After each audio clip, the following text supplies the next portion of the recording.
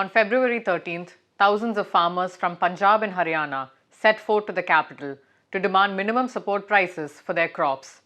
The protests revived a year-long movement that ended in 2021 after countless farmers stood in solidarity against the implementation of three controversial farm laws.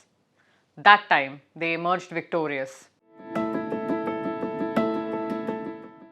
The protesting farmers were met with barricades, police intervention, tear gas shelling, and other forms of suppression, underscoring the government's tendency to stifle any and all acts of dissent. Political observers have noted that these tactics must be viewed in light of the upcoming general election. The movement has the potential to create a broad-based political and social coalition of pressure groups across India. It is for this reason that the BJP has pulled out all the stops to not only stifle farmers' voices, but also to discredit them. So far, the authorities have blocked the farmers' efforts to approach the political nerve center of New Delhi by blocking them with barricades at all entry points. The protesters want the government to make support prices legally binding and to include all farm produce in its purview.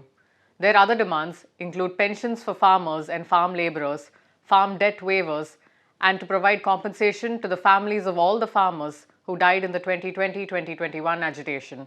The government frequently raises a series of objections against the farmers' demand for an MSP. Let us examine these.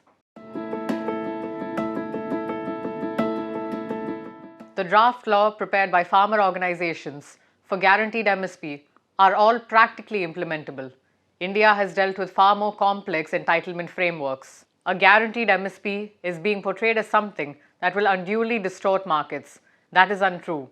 Several mechanisms to be used for the implementation are embedded in the market systems that operate under demand and supply forces.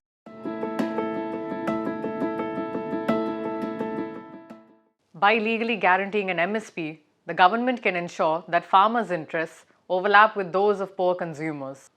Expanding the food or nutrition basket for poor households to include pulses, oil, and millets would expand the procurement of these crops while ensuring MSP. It is important to note that the largest number of rural consumers are farmers and their families, so ensuring higher income to producers will go a long way towards reducing the number of low-income consumers.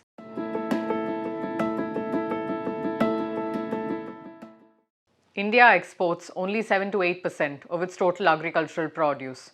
The largest markets are domestic. Moreover, India's contribution to global agricultural exports is 2.5%. Therefore, there is no question of poor consumers elsewhere being denied cheap food either. For commodities like paddy and sugarcane, where up to 45% of the total production is procured at MSP, there is no evidence of export competitiveness being affected. In several other commodities, India holds a comparative advantage that will ensure export competitiveness.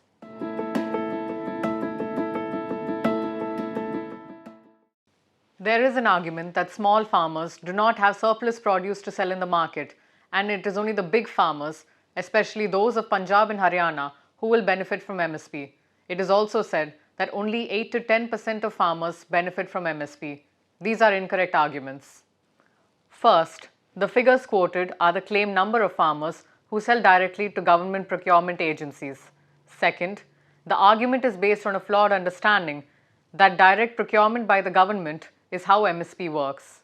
It has been seen time and again from paddy procurement at MSP that even small farmers sell their produce to public procurement agencies and then benefit as consumers from the public distribution system.